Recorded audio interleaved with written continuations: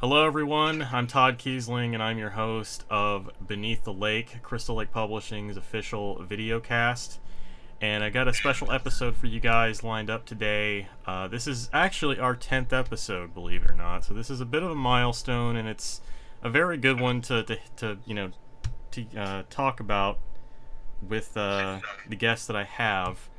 We are all about Behold, Oddities, Curiosities, and Undefinable Wonders, which is just released from Crystal Lake Publishing. Look at this fantastic cover. It's a beautiful book.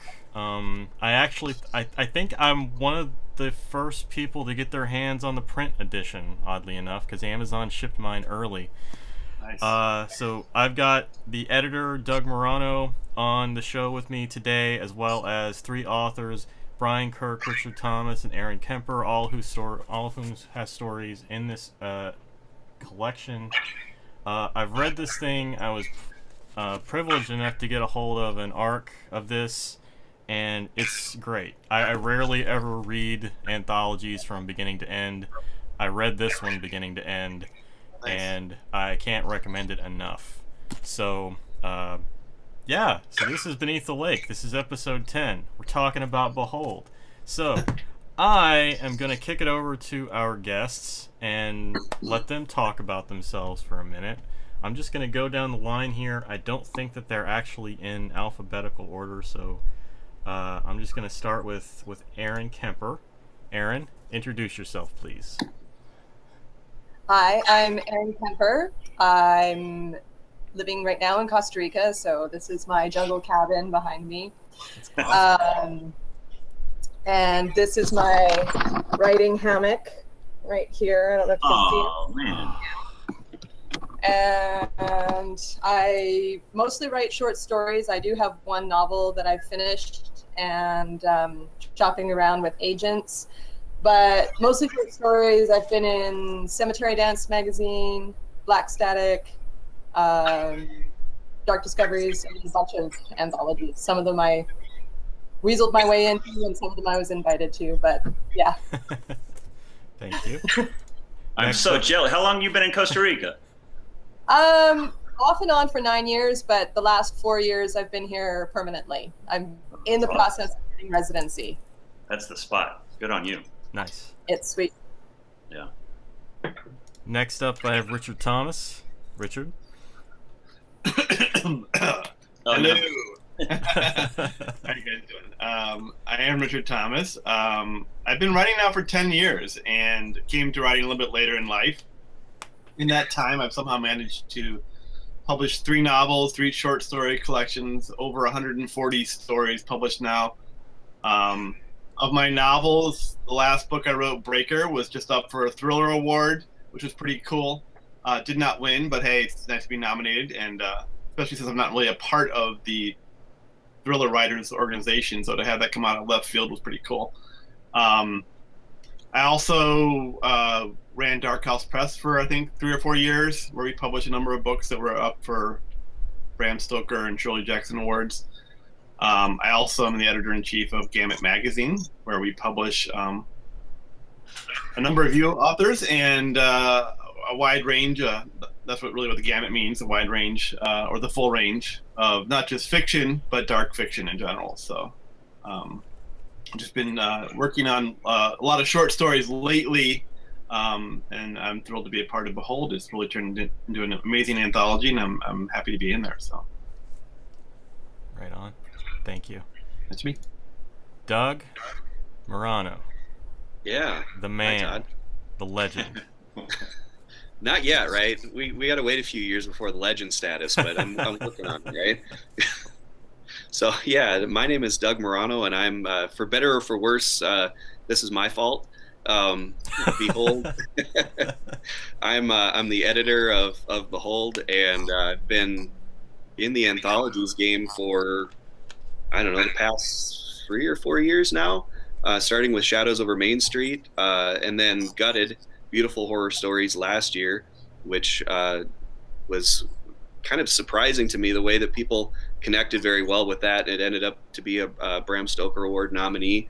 And then Shadows Over Main Street Volume 2 is coming out this October with my co-editor D. Alexander Ward, and I'm really excited about having this baby out into the wild, and very pleased with the way it turned out. I'm thankful for everybody's participation in another one of my crazy notions that somehow I got people to sign up for. So yeah, I think that pretty much covers it.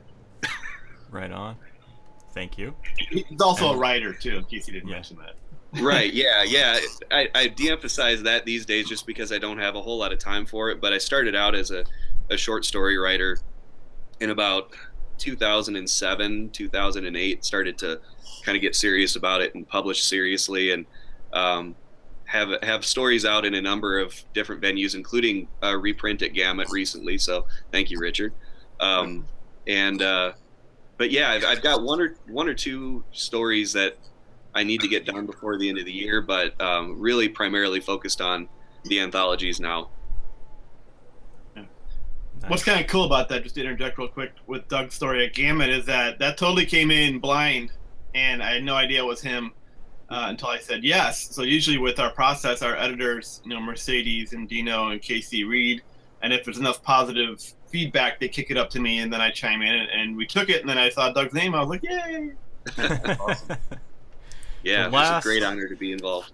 Last but not least, we have the amazing Brian Kirk. It's pretty amazing. He is pretty amazing. Hey everyone, my name is Brian Kirk. I'm an author primarily of psychological horror. Been writing for about 6 years now, and definitely don't have the output of you, Mr. Thomas, working on it. Short fiction has been in a number of magazines and anthologies, the last two of which were edited by Mr. Murano.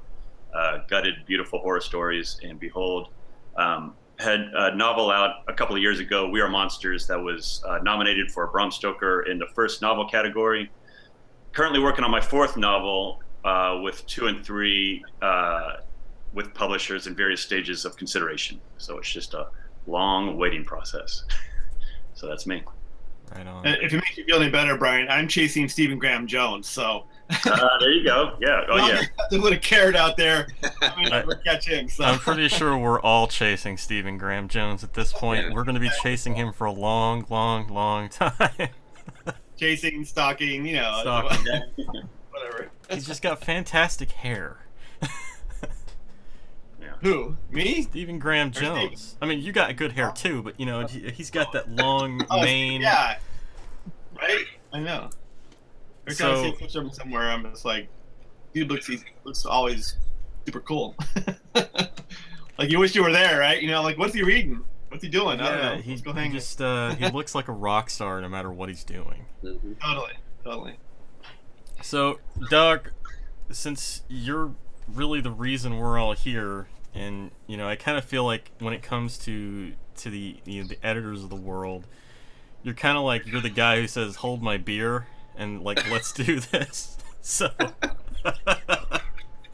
let's why don't you walk us through the the birth of Behold? Like, where did this come from? Like, what sparked this idea to put something like this together? Mental illness. Yes. I don't know. But in all seriousness, I was, again, like I said, I was really pleasantly surprised with the way that people connected with Gutted, and with the sensibilities that we all brought together. And so I didn't want to deviate too far from that, but I wanted to go someplace that was a little less bleak.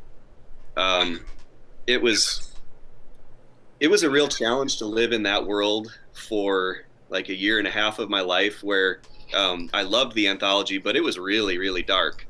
And so I wanted to kind of continue the theme of beauty in literature and dark literature, and weirdness and surreal, but I wanted to take a bit of a more lighthearted tone. I wanted to still keep the darkness in there, but not go quite so dark. And so I started to think about, some of the things that inspire me or things that have stuck with me for years. And there's a couple of things. There's like the pop culture side of it. Okay, so as a child of the 80s, I was kind of steeped in Jim Henson's Creature Shop. Yeah. And I watched The Dark Crystal and Labyrinth pretty much nonstop when I was a kid. And as I got older, that kind of graduated into Guillermo del Toro's work. And so, like, a lot of the influences that came into Behold were more film than literature, honestly, and music. I pulled in the feelings it wasn't necessarily like an homage to anything, but it was sort of like I wanted to capture that feeling of darkness and mystery and wonder and a little bit of danger, but peppered with some humor as well. And so I thought about those things that I really loved growing up as a kid and thinking about how do I kind of do a more adult version of that. And then sort of the real life experience moment, there was like this pivotal moment in my life, and it seems so stupid now, but it really influenced the course this book took. I grew up in a little town in South Dakota. It was the home of the state fair. And growing up, there were the carny rides and the games and the booths and stuff like that. But growing up, there was never like the human oddities aspect of it. But when I got older, they started to bring that in. I don't know if they thought the fair was struggling or what, but they really started to sensationalize it. And like, so I went there, and I'd never once paid to see a quote unquote freak show before, but one year I did. And I saw I could go behind the curtain and see the world's smallest woman.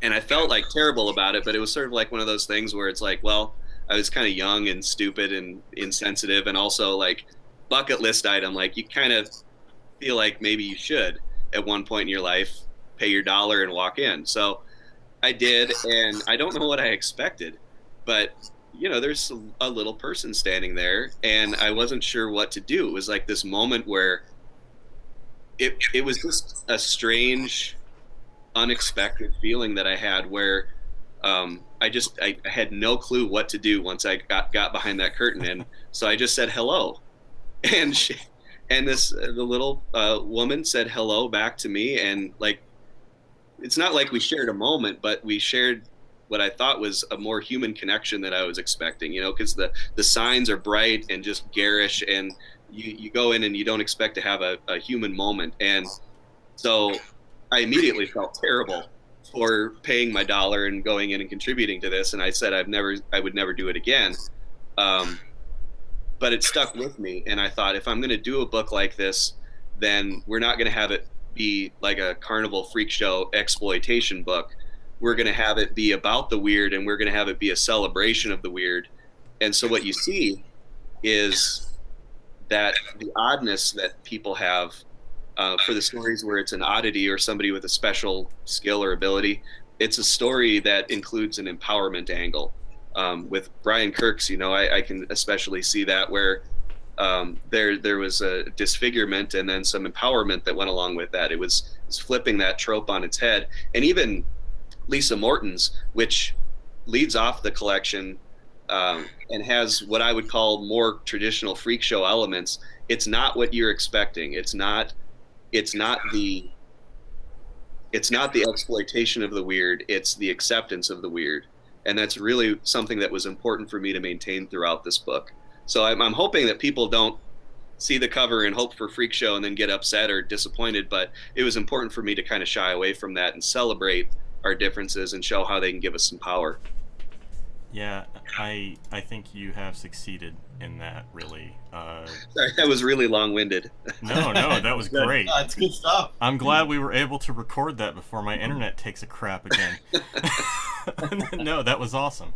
I think you really have succeeded in curating a good selection of stories that embrace that, the beauty of the weirdness side of, the sideshow, for lack of a better word, the sideshow culture, so to speak. I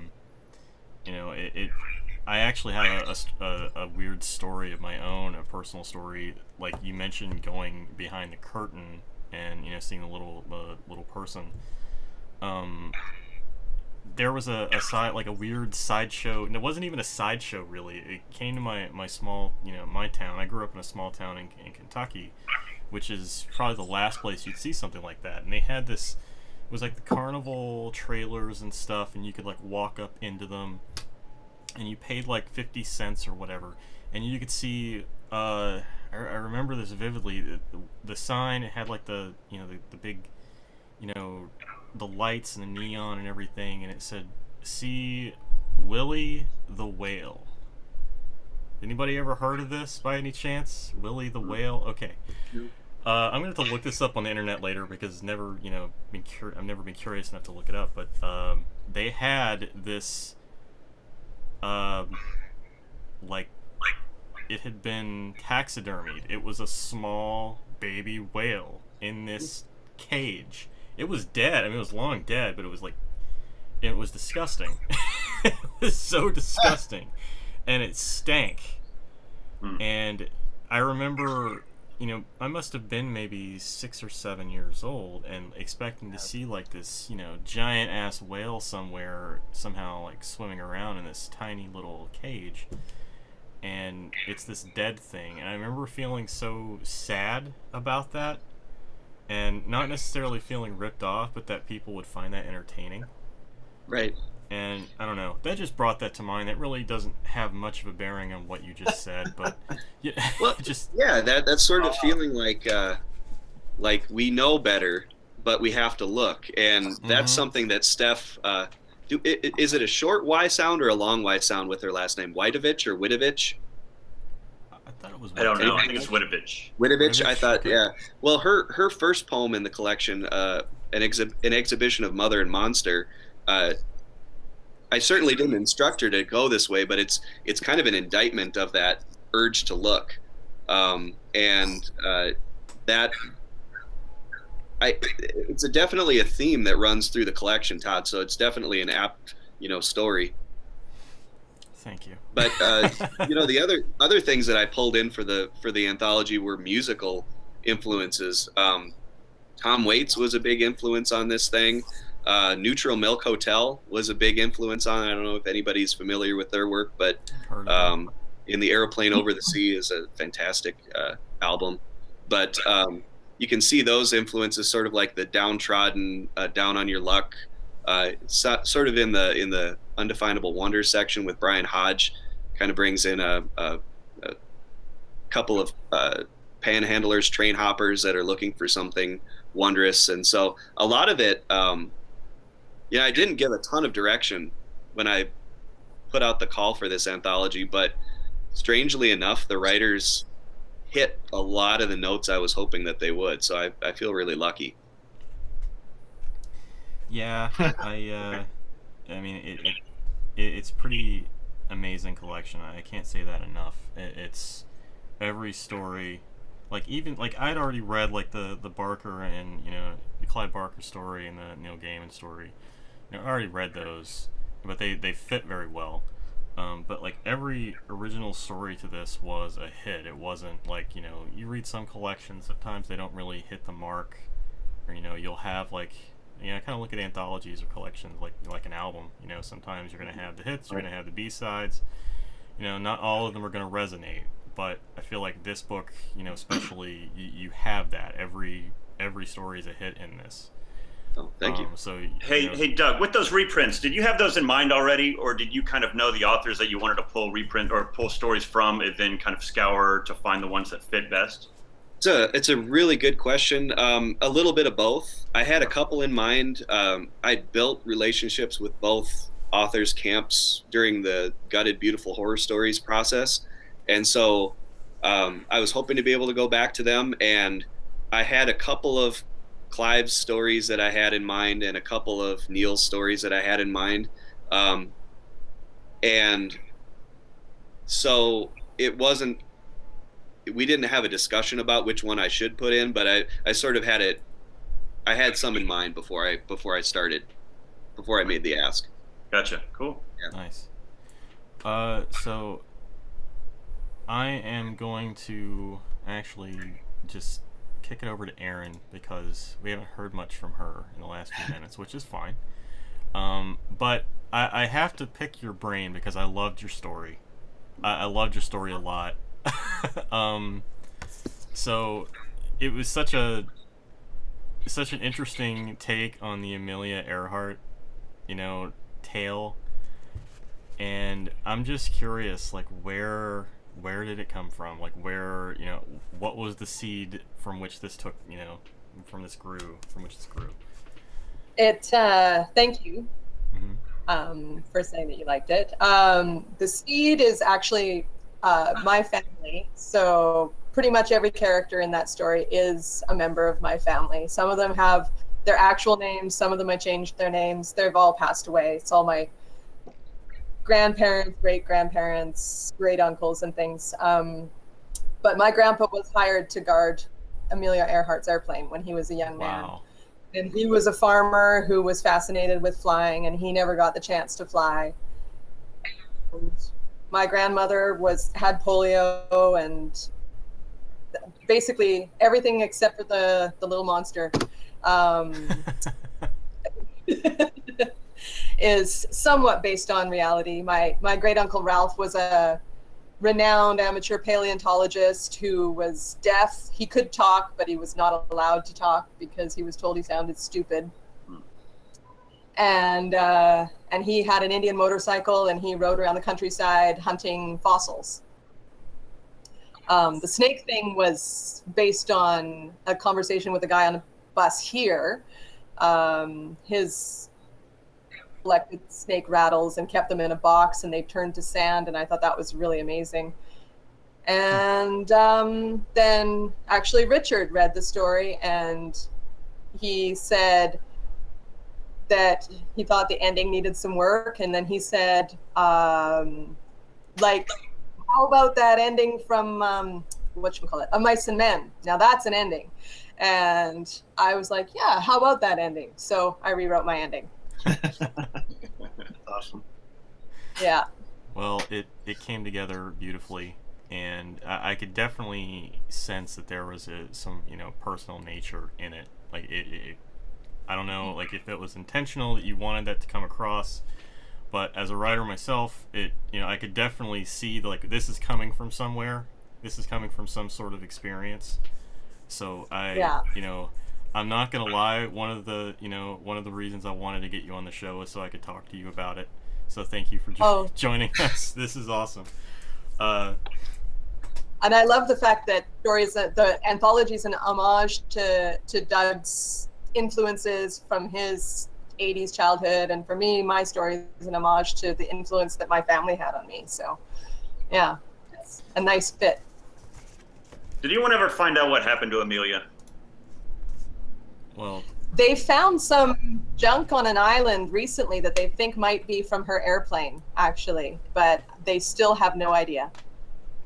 I saw something circulating recently that was like a picture people thought was of her that would suggest that she had survived or was, had lived beyond. But anyway. Yeah.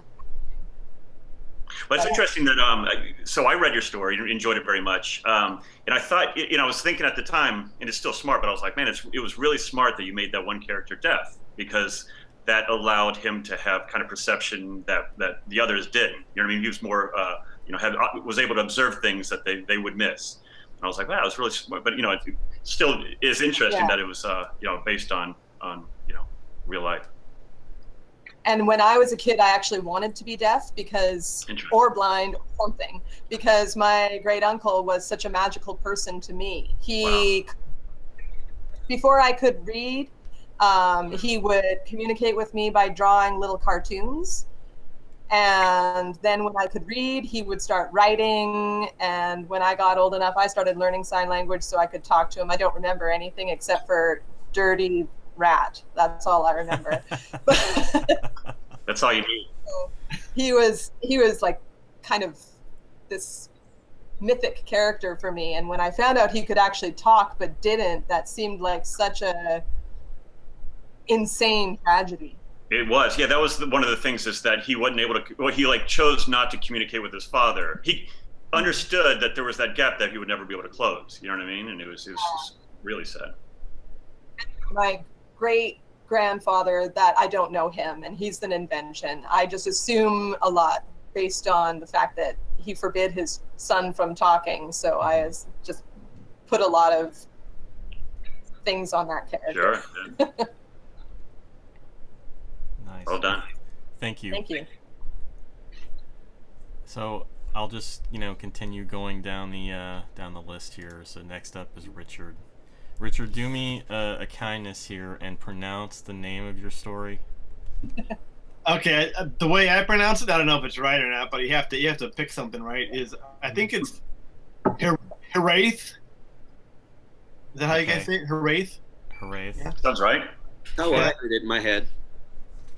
Yeah. So, I probably want to ask about the word first, I guess. I remember, I think I was going through a phase where I was looking for kind of obscure words and obscure, like the whole thing, the dictionary of obscure sorrows. And I remember when the Heraith, I actually had a novel I was going to call Heraith like 2 years ago. So, I mean, recently I've been doing a lot of weird titles, but I remember there's an image. If you Google Heraith, one of the first one that shows up is this weird little house and like these trees. And I want to read you the definition because I think this is as close as I can get to nailing it as far as what it means to me. It says a homesickness for a home to which you cannot return, a home which maybe never was, the nostalgia, the yearning, the grief for the lost places of your past. So I remember when I first started talking to Doug, and I love the idea of not just that. I love Gutted, first of all, the beauty and horror put together, but the idea not just of like oddities, but oddities, curiosities, and the undefinable wonders, the wonder aspect, because that kind of aligned with my desire to maybe a year or two ago. I wanted to replace at the center of my stories death. I seem to be writing a lot of really dark, brutal stuff, and I wanted to put love in there and see how it would change what I was doing. And so I started writing more magical realism, even though it was still dark, and yes, people still die, and there's still violence in there now and then. But I thought if I could maybe put that crutch down for a little bit. When I got my MFA, my professor, when I worked with him, the first thing he said to me was I couldn't kill anybody in my stories at all. No twist endings, and to like back off the sex, I guess. And I was like, well, what's left to write about? But then I was like, sure, that's no problem. I can do that. And then I sat down to write my first short story, and I was like, crap, like I didn't realize how much I really relied on certain things, that I'd done that way for a while.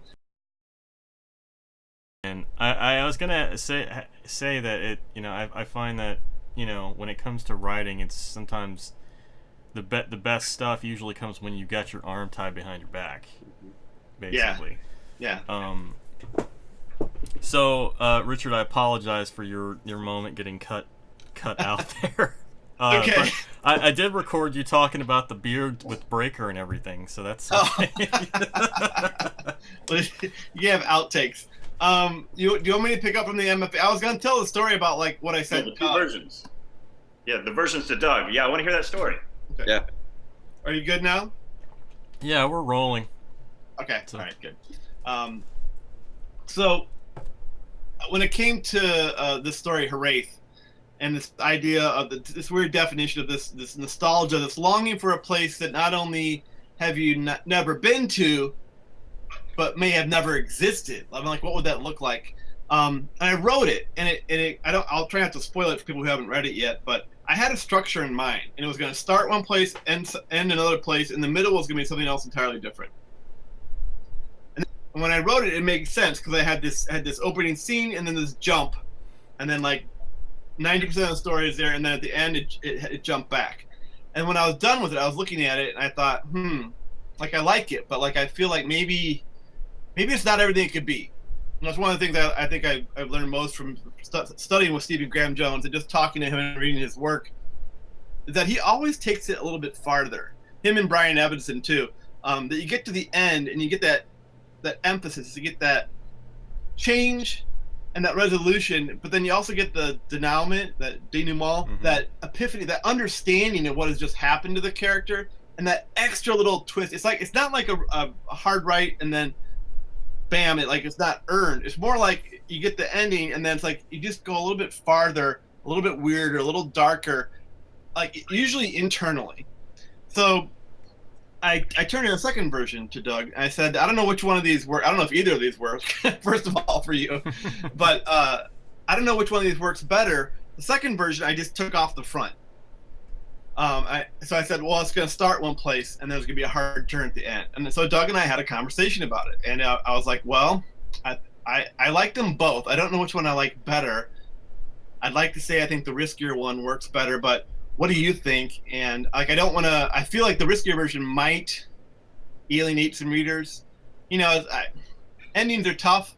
I don't like a twist that's unearned, but I think a strong, powerful twist that's earned really can kind of shake people up. You know, I think about the end of like the movie The Mist, or Sixth Sense. I'm trying to think of any of the stories or movies you've seen where the ending really felt like it was kind of all there from the beginning, and there were clues. You just didn't quite add it all up right. Yeah.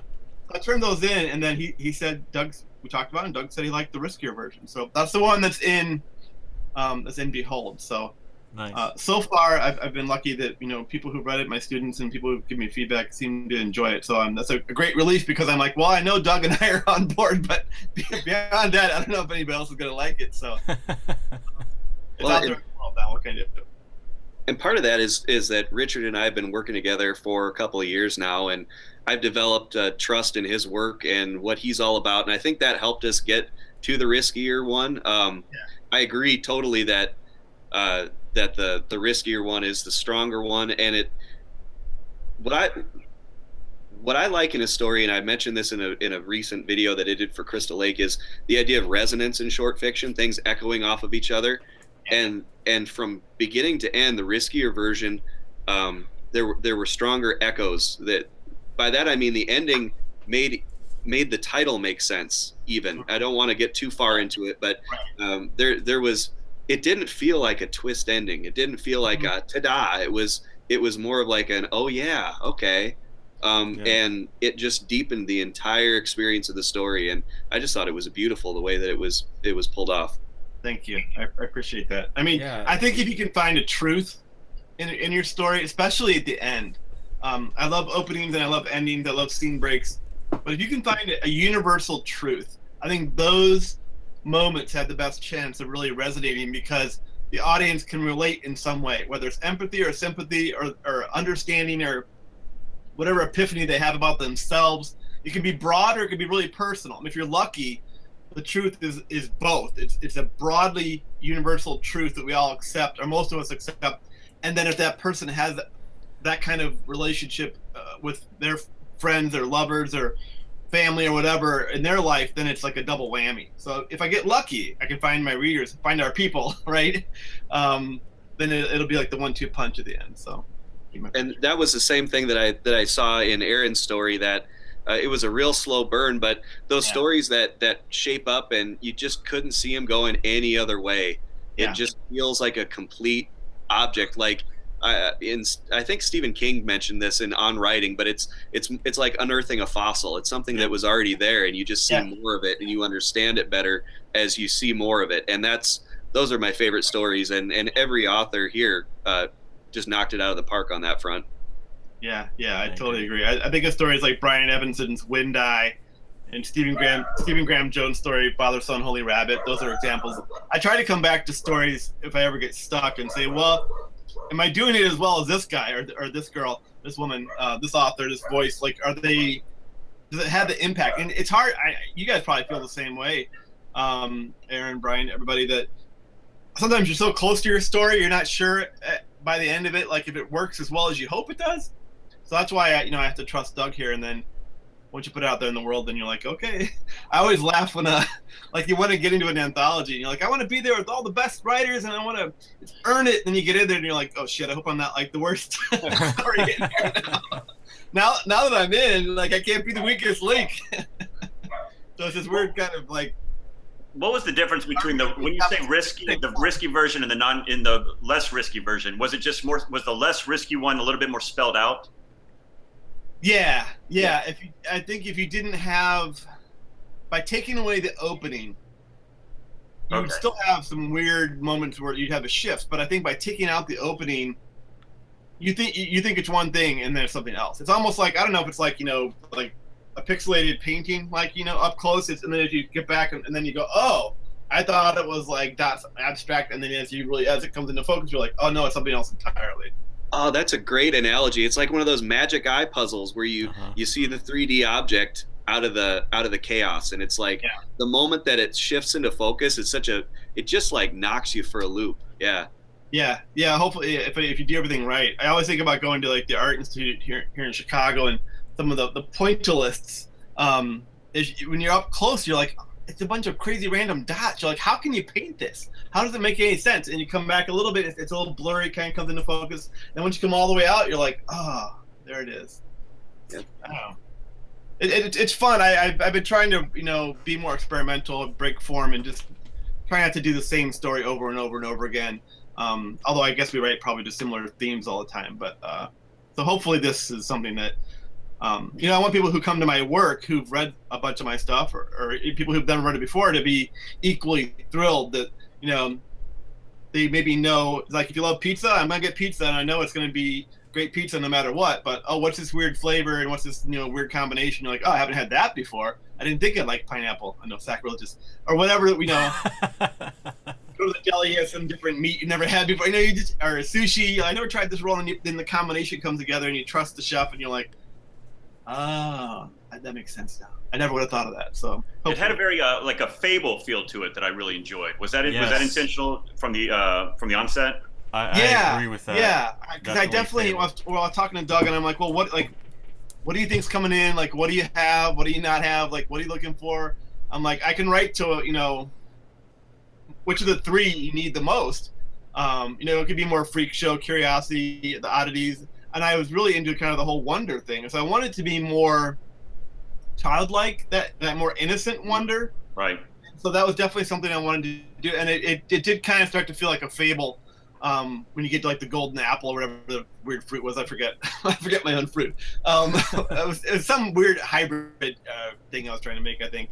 But yeah, it's like I didn't want to be too heavy-handed with, like, you know, message and the story, you know, and here's the. But I also did try and pick up on some things. I mean, I think, was the bush on fire, or you could, I don't know. It's like, you know, don't eat the golden fruit. So yeah, I did. As I started to get into the character and got to know him better, it just felt natural that there were kind of these lessons built into what he had to go through. That it made sense. Also, that he's younger, so it's like he doesn't have this grand, broad worldview yet. He's just still kind of finding his way in the world as we are. So it's kind of, hopefully that all works together. Thanks, though. Great question. Yeah. No, I really enjoyed it. I will admit that I'm going to read it again, because while enjoying it, the ending tripped me up. So I'm still waiting to see the full picture, and I need to give. You know what? I wanted to read I don't have the physical copy yet, and I don't have a Kindle, so I never read anything online, and I struggle reading things online. And I wanted to read yours and Erin's just so I could be informed. And so I hurried through it, and I need to read it more closely. But yeah, I would say the key to unlocking the story is really in the title. It is. Yeah, right on. It's and when we were looking at it, Doug and I the opening that we took out, and I'm like, if you had the opening, I think it would all be right there. But right. We take that out. It's like you have to really kind of sit with it. And I'm trying to think of other like movies where this kind of trick is pulled. That, you know, it's not quite, you know, like waking up from a dream, but I think the idea, I think the title is. Well, I like having to work for stories, so that doesn't bother me. You know what I mean? It's fun for me, so I'm excited. And when we were done, we were talking, Doug and I, and he said, well, maybe we should put a little more something in here at the end to kind of symbolize this, or we should be a little more clear. Let's add a couple sentences here to kind of, since we lost some opening, since we went with that version, do we need to we need to spell it out a little more, or do you feel like is there enough there that people are going to get it, or they're going to be like, what the hell? I'm sure there will be some what the hell reactions, but you know, hopefully it's all there. Hopefully it's all there. Totally. So, Brian, I trust Doug. We're now over to Brian. He has a story in the collection called Wildflower, Cactus, Rose, and I had the pleasure of hanging out with Brian a couple of weeks ago at Nikon, and I told him that I thought his story really put me in mind of Chuck Palahniuk's novel Invisible Monsters. Nice. And which is a great story. Especially when it comes to Chuck's earlier work, it's definitely one of my favorites. Me too. But Brian, it was definitely a more somber take, I thought, compared to like your Splinter story from Gutted, which was, I feel like, really set the tone for that whole book in a lot of ways. So where did the premise for Wildflower Cactus Rose come from? Like, where did that that somber tone come about? Yeah, totally. Well, first, the first thing I wanted to make sure I did was provide Doug with a story that wasn't going to get death threats. Which, Yes. Yeah, we're did done with that, right? We're not going to do that anymore, are we? Well, it probably will. That's what kind of a badge of honor, I guess. I got kids, man. I know. Serious, I do too. I mean, after I met Brian in person, I wanted to send him death threats, so.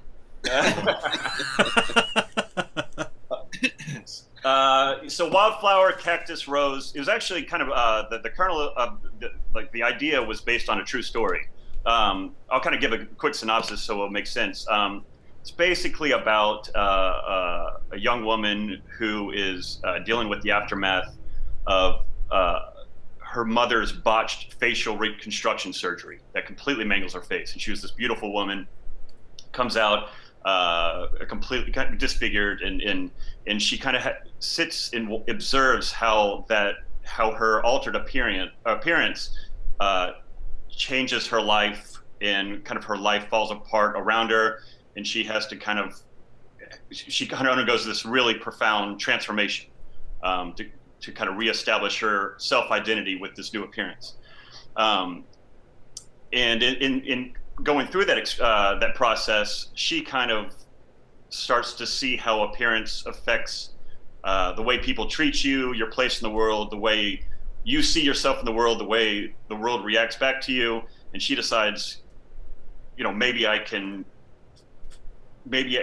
change if I want people to treat me differently, maybe I need to change myself in order for that to happen. And the idea came from an ex-colleague of mine who actually had that same sleep apnea surgery, and it really altered his appearance to where when he went back to work, no one recognized him. Wow. And people were really candid in talking about how he was doing, and he wasn't doing very well at the very beginning. He said that the first time he looked in a mirror, he didn't recognize himself. Wow. And that was pretty startling. Yeah. And what was even more startling was, while he was having to adjust to his new physical appearance, what surprised him was it changed the way he kind of thought of himself. It really rattled his self-identity. He was like, well, I've always been a person that looks like this. Now I'm a person that, now I look different. Does that change who I am? And I've kind of gone through such experiences. I've always kind of identified with more of the misfit, kind of counterculture type part of society. And I've always been kind of, I've always had a beard, longish hair, that kind of stuff. But then when I got a career coming out of high school, I cleaned up. You know what I mean? I cut my hair, I shaved my face, I wore, preppy clothes. And then on the weekends, I'd try and go back to like my grunge bars. And it was like, I was kind of an outcast. You know what I mean? I was getting these like frosty looks, and like, and I just wasn't part of that community anymore. It was like, wow, you know what I mean? But I was like, you don't understand, I'm you. You know what I mean? I'm just wearing this different costume. You know what I mean? But like, it didn't work. So anyway, those were kind of the themes I wanted to explore through this story. One, how our own sense of kind of self-identity and the appearance that manifests in, how that changes the way we interface with the world around us, which is kind of something that just interests me. So that's kind of what I was trying to get across with that story. I think you were successful with it. Well, I appreciate that. Okay. Yeah, it's really weird, especially with now. It's like one of the things I'm really wrestling with is like the subjective nature of reality itself. I kind of grew up thinking everything was rigid and in a very material-minded kind of worldview, And then now, even with just the fake news and stuff, it's like, it doesn't seem like there's a real hard objective reality. It's like reality is kind of whatever you believe it is. You know what I mean?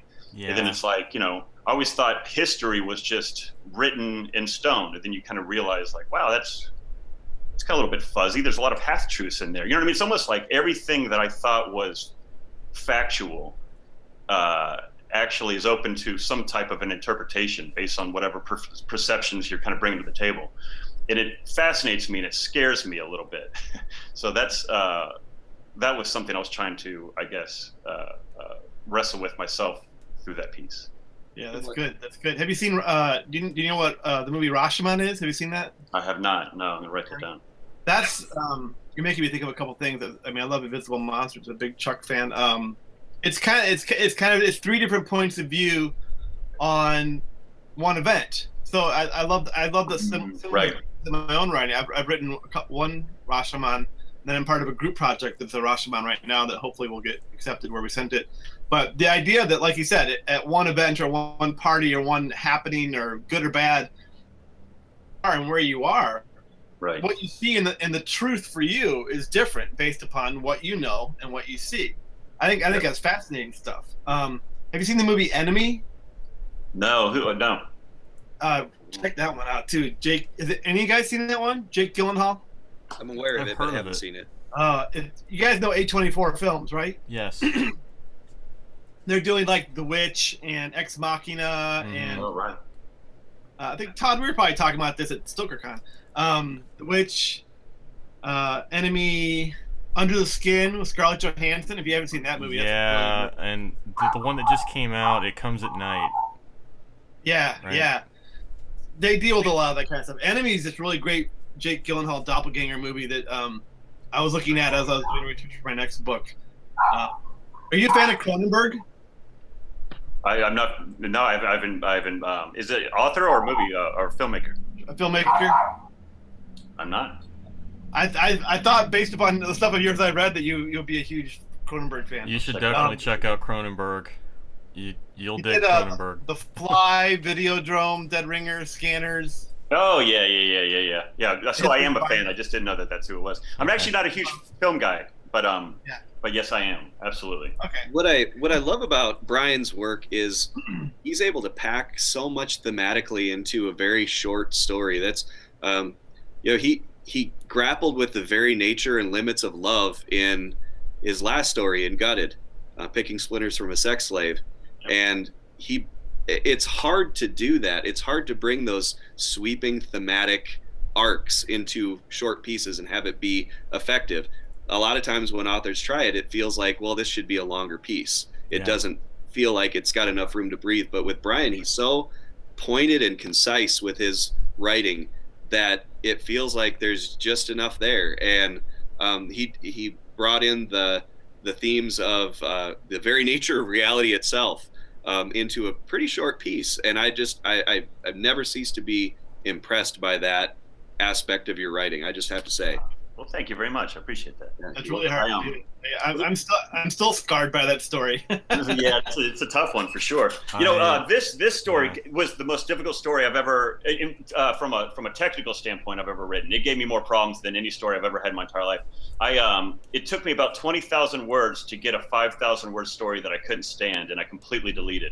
The initial story was third person from the mother's point of view. And the final story was first person from the daughter's point of view. Wow. And so I wasted about 30,000 words to get that 4,000 or whatever it was that I sent you, and it was driving me mad. But that was all just the source material for the final piece, so what are you going to do? You know what I mean? Like, it works out. When you say about the, what I try and do with some of that writing, and with me, it's, I don't really try and do anything. I just get these ideas, and they drive me crazy, and if I don't write them, then that's the only way that I can kind of not obsess over them. But when I say I'm a psychological horror author, a lot of times that means that the subject matter deals with psychological issues. But what I'm actually attempting to do, and I've kind of been learning this as I go along, is change the psychology of the reader. So it's not so much, I actually call it psychedelic horror. because when you take a psychedelic, it kind of like alters your consciousness, right? And I'm Right. trying to alter the consciousness of my reader for this limited period of time. You know what I mean? Or maybe forever. You know what I mean? Yeah. Maybe they always think a little differently. You know what I mean? So that's really what I'm striving to do, at least at this phase of my work. That's good. Good. I like that. Yeah, I definitely will, in terms of like changing the psychology of your reader, I will, provide a little bit of testimony here. So I read Brian's novel, We Are Monsters, which I think is over on my shelf, like right around there somewhere. And there were a lot of scenes in that book that really made me question, like how I had perceived, folks who were like interned in like asylums and whatnot. I mean, it deals with, an asylum, and there are folks there with various psychological issues, and it's a really powerful story, I think. There, in all honesty, there's actually a scene, and I'm being very careful with how I word this because I don't want to spoil anything. But there's a scene in this story that caught me so off guard, I actually cried. And I messaged Brian about it, and I'm like, dude, your story made me cry, and he's been holding that over my head ever since. So Of course. But I can definitely, I will definitely vouch for Brian Kirk's ability to tell a story and kind of make you, turn things on their head. And so, yeah, I realize I'm kind of rambling a little bit, but well, no, I appreciate that. I I have two anecdotes with We Are Monsters that just were surprising to me, and I was really happy to hear that kind of show that effect. One, I had someone write me saying, and this was just a stranger, the book affected her, and it's my work tends to be very polarizing. So either people really enjoy it or people really don't. So there's not much in the middle. I didn't. No, not at all.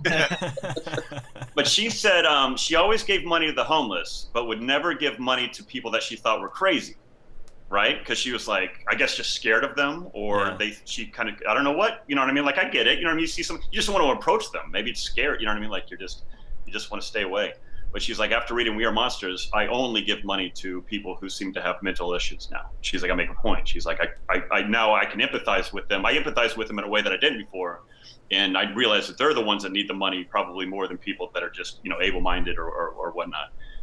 So I thought that was great. And then there was a pharmacist who came up to me at a signing and said, I'm a pharmacist, I do all this stuff.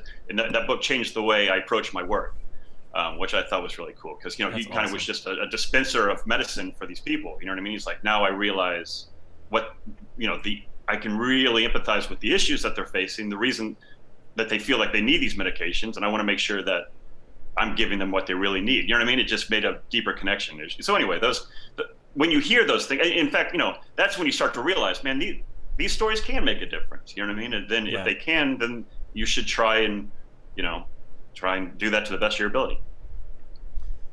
That's cool. It's interesting. All the things you're talking about are things I've just been teaching. I taught a class at Iowa a couple weeks ago on the New Weird, and the New Weird kind of came out of two different places. One was kind of the old weird, like think of like Lovecraft, and the visceral body horror of like Clive Barker and the Books of Blood. So listening to you talk about your work, I feel like you're kind of tapping into that intersection where the kind of the supernatural meets up with the more visceral, but then it has that kind of weird psychological impact. But it's cool to hear you talk about it. That's keep doing it. Yeah, I appreciate it. Yeah, go ahead. I was going to say the other good thing, and I think somebody mentioned it before. I think it might have been you, Richard, but.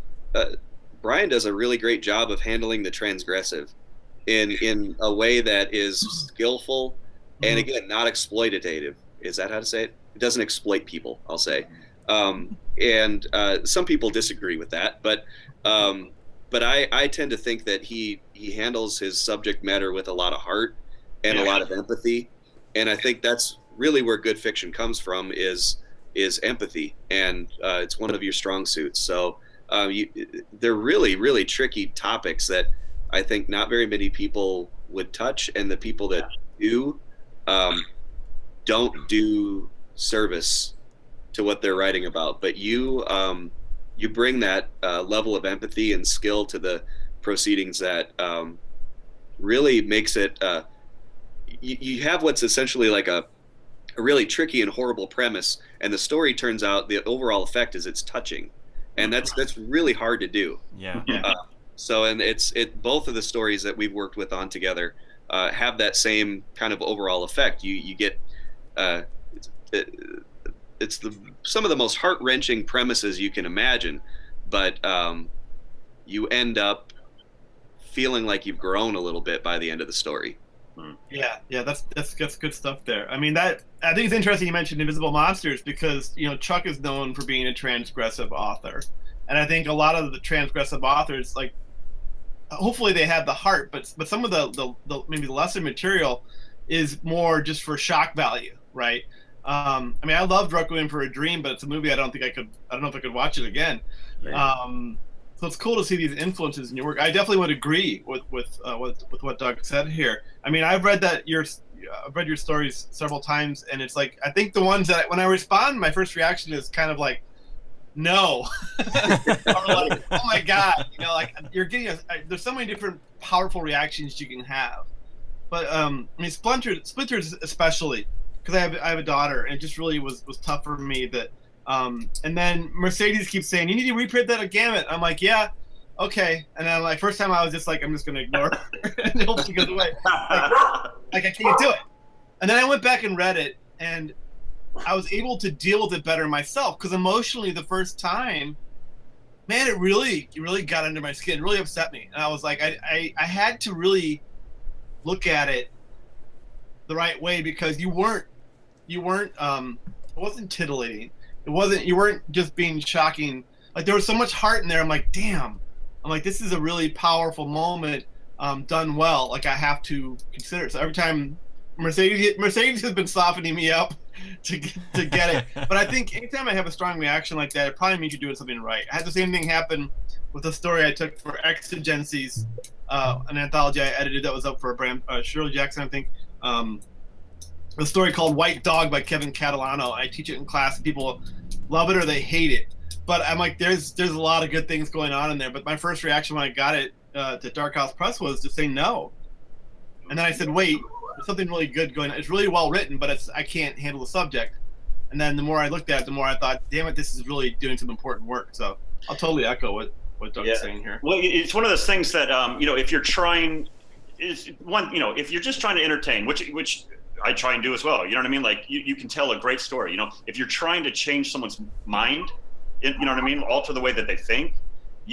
Everyone is so numb. You know what I mean? You really have to you have to do something startling. You have to really kind of shake them up a little bit. That's the only way you can get through. You know what I mean? So it's I don't even know that that's something that I do intentional, but I think it's the only way to get past the guard. You know what I mean? To get through the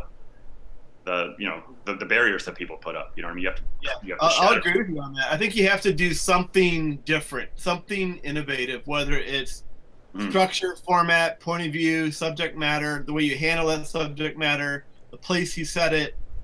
If you're picking an emotion or a thing that's slightly left of center, or all the above. And the more you can do this, and then bring in your own personal stuff into the story. Right. Like the authority you bring from your life and what you've seen is different than what I'm bringing, different than Doug or Erin or Todd. That we all might have some commonalities, but we are all still our own unique people. And so sometimes that unique thing that only we can talk to or that we've seen is that little extra bit of that weird spicy sprinkle in there that nobody else can do. Yeah. So.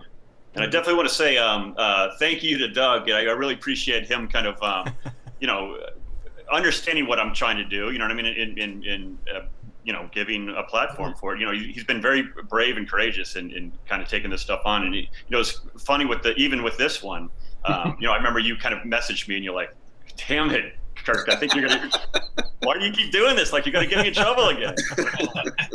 And I can't say that I don't delight to some degree in making editors uncomfortable. You know what I mean? You want to make people, that's just part of the fun, I guess. I don't know. And you do, and I was Dee and I when we co-edited Gutted, we were in the same boat Richard was when we got your story. We both read it and we thought, we just kind of both went, okay, all right, what do we do with it? Yeah. And ultimately we decided that it was so well written that we would be chickens, not, it would be the we believe in the principle of being brave as editors, and whether we're right or wrong, we try to be brave, and so and push things a little bit, and so that's really ultimately why we accepted your story, and I knew a little bit kind of the flavor of what I was going to be getting this time, and so it was easier for me to digest up front because number one, it wasn't quite as harrowing as Splinters, but number two, the transgressive element was really what I wanted to add to the book. I didn't feel like I was going to get a lot of it, but I thought we need something very real world, very transgressive, very socially, some social commentary in this, and so it fit the bill really, really well. But yeah, it's a tricky thing to decide what it is that you're going to be championing and the perception that that's going to cause. I didn't want to,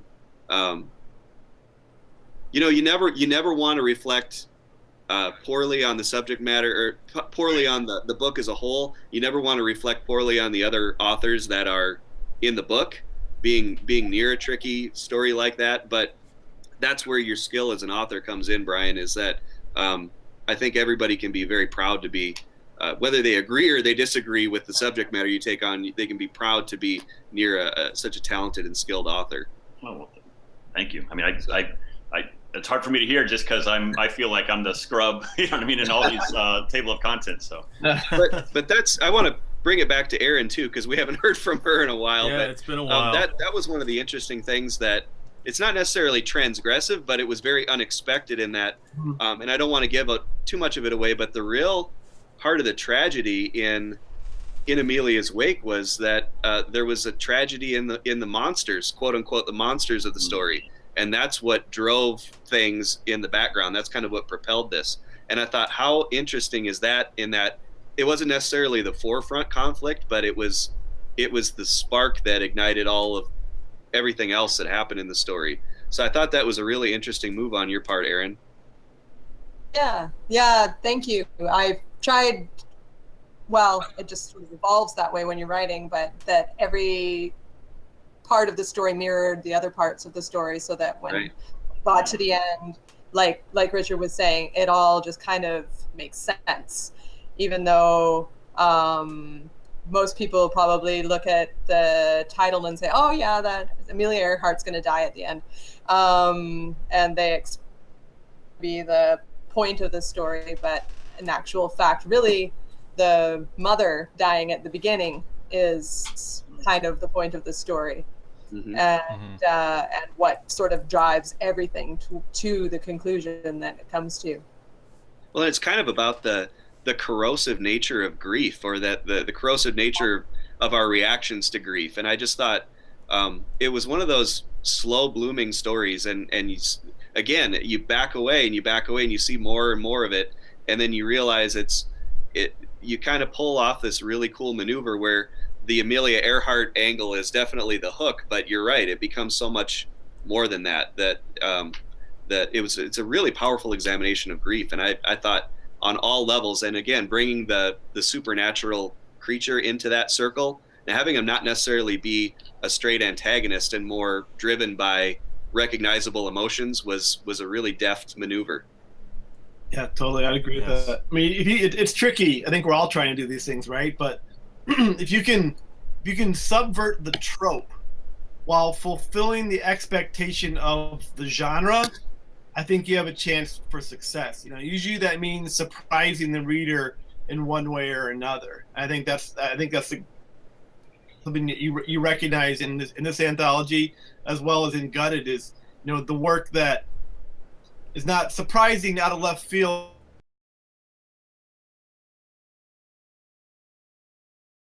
Don't All worry. right. Erin worry, was talking Todd. the whole time you were gone. So I know you missed it. I was like nonstop, talk the whole time.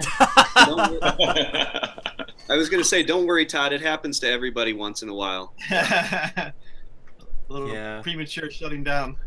Yeah. So we're recording again. What I'll do is I'll just do like a fade out, and I may put like a disclaimer that Comcast is to blame for this the interruptions. Yeah. Maybe I can get some corporate sponsorship for Joe. Beneath the Lake, sponsored by Comcast. When available. Yes, when available. So, Erin, I'll start with you. We're here about an hour into the show, so we'll wrap things up. Why don't you tell people what you're working on now, where they can find more of your work, and we'll go from there.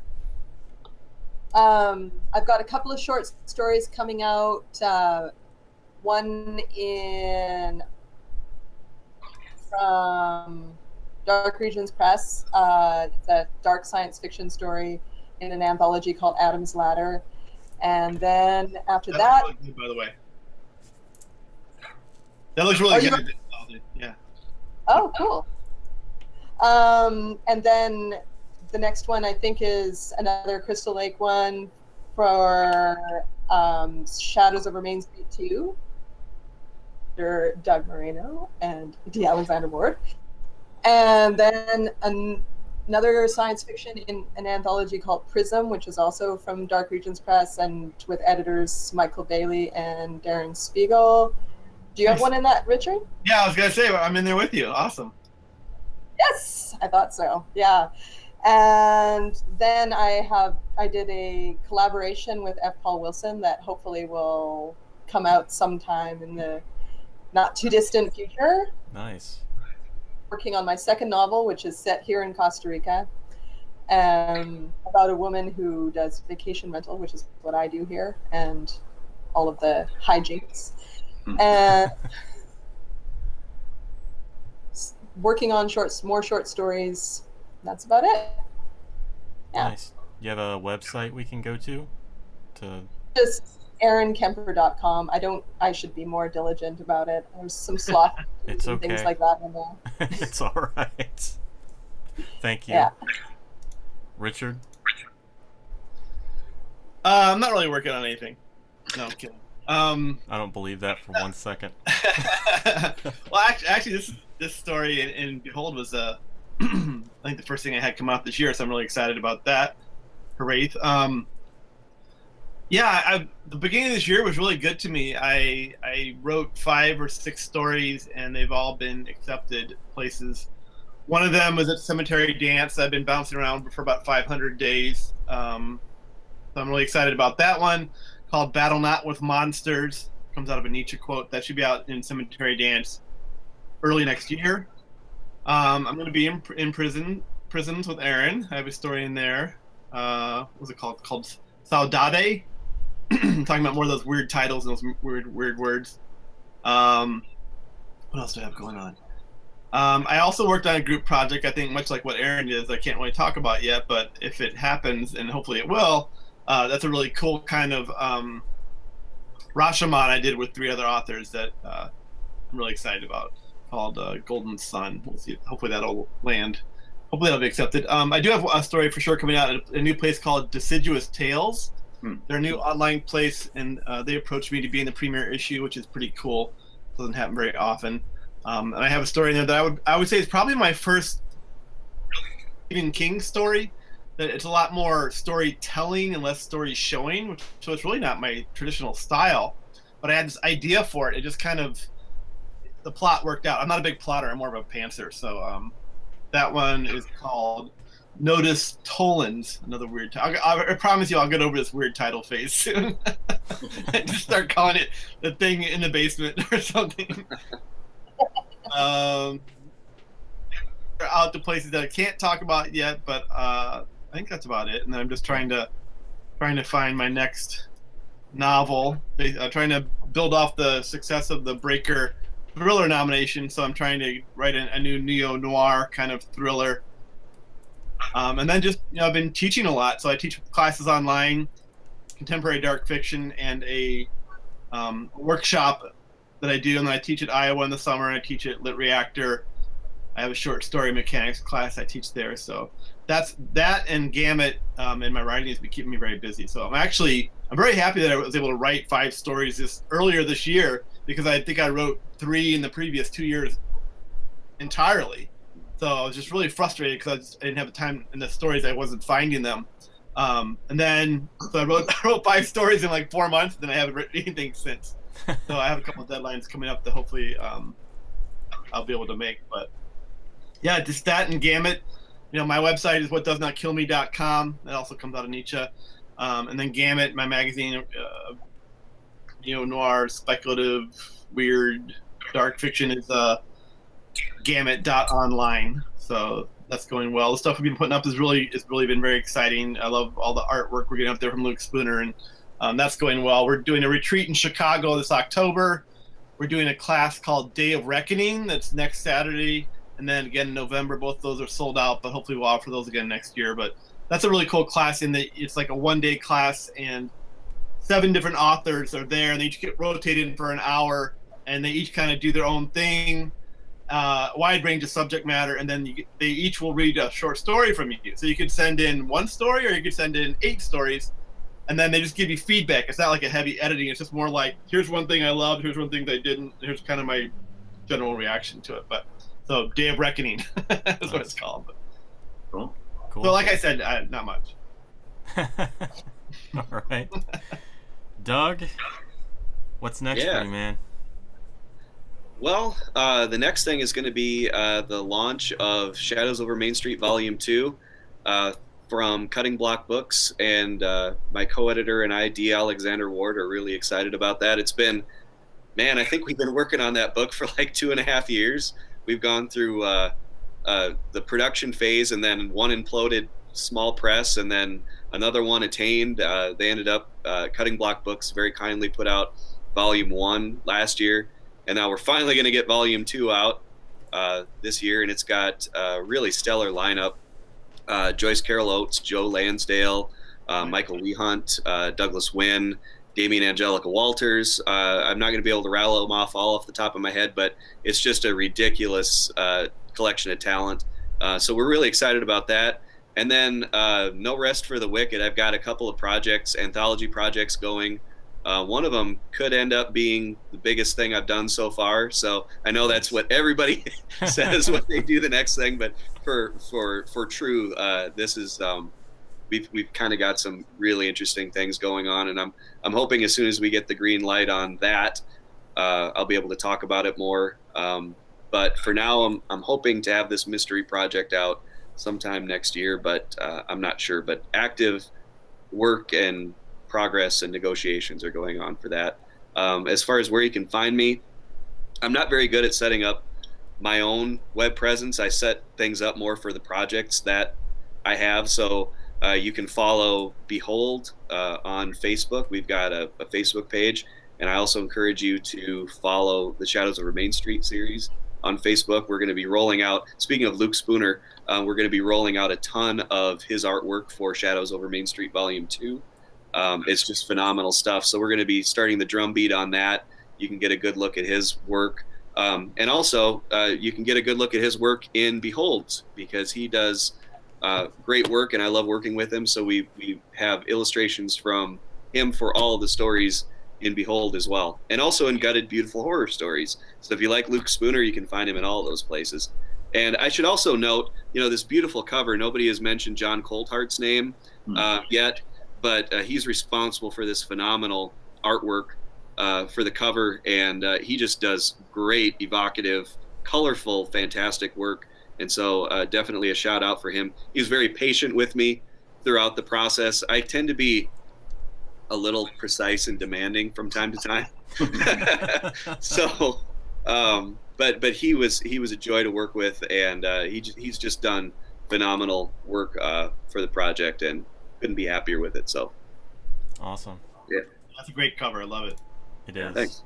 Believe me, there are so many bad covers, not just for anthologies, but in general. So it's always a thrill. You always do good work. It's just so bright and weird, and it's just awesome.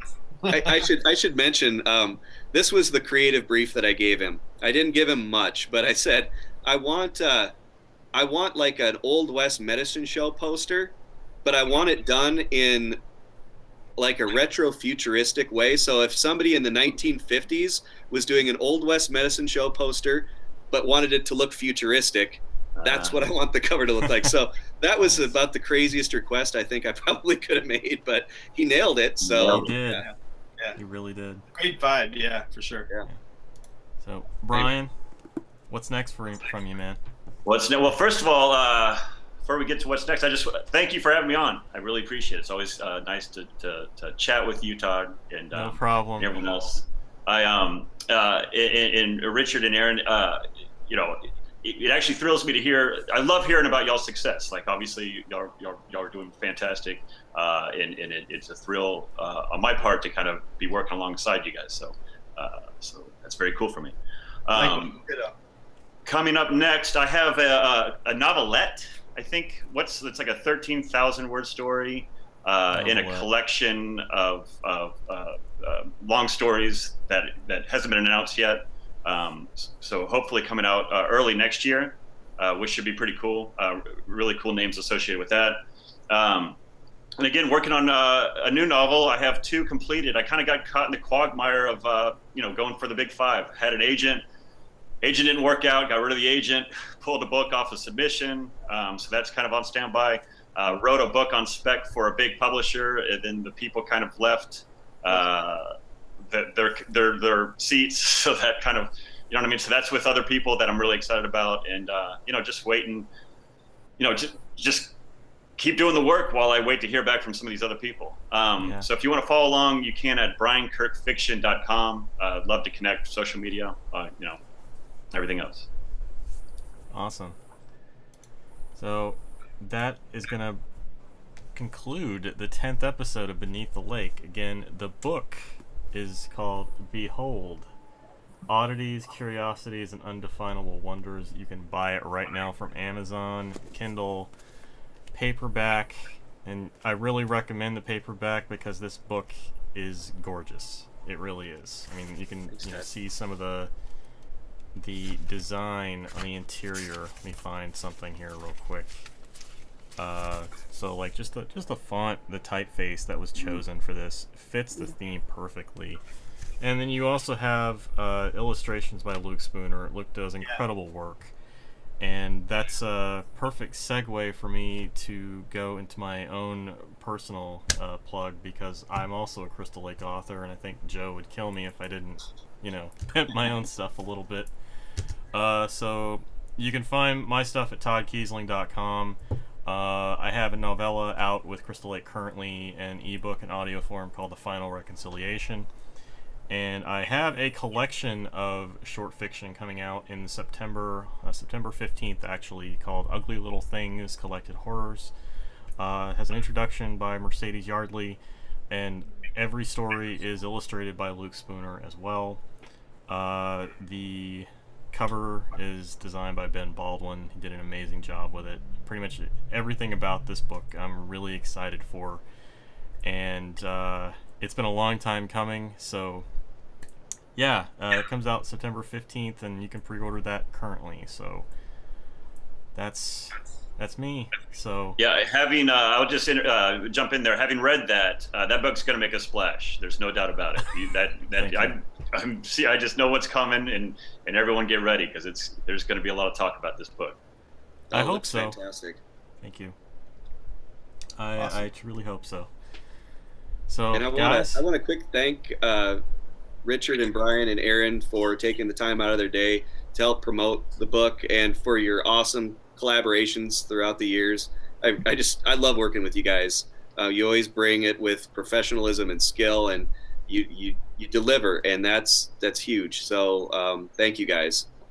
Yeah, likewise. Thanks, Doug. Yeah, That's a pleasure. All you guys are awesome. I'm so thrilled to be in this anthology with you all, and to talk to you again, Todd. It was great seeing you at StokerCon, and Doug, it's so cool. I talk to my students about this all the time, about how you never know how relational, about just don't be a dick and stuff in the world. And just be nice to each other, and you never know, person you're working with one day as a peer could be doing something awesome the next day. You're always a pleasure to work with, and you always, I think, manage to get the best work out of me. So thank you for that, for taking chances on my work.